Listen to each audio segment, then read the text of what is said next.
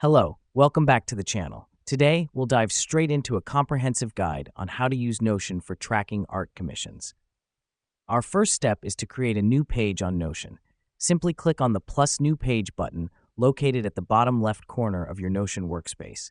This gives us a fresh space to start our art commission tracking. Now that we've done that, let's set up a table. Click on plus add a block, then select Table Full Page.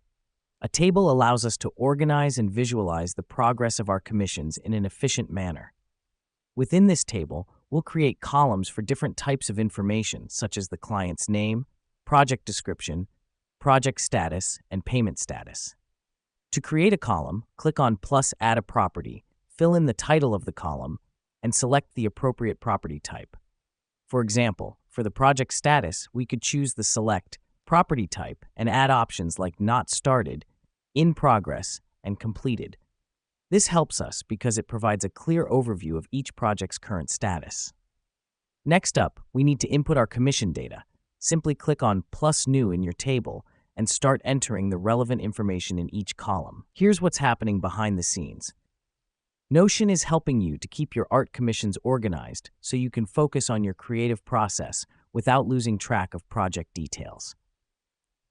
The reason we do this is to have a centralized digital tracker where we can document all necessary details of our art commissions.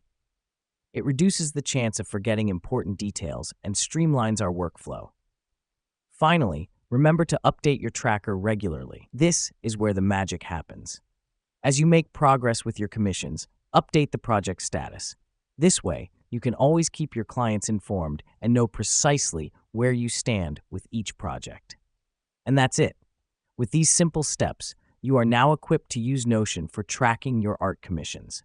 It's all about staying organized and efficient, and Notion is a perfect tool for that job.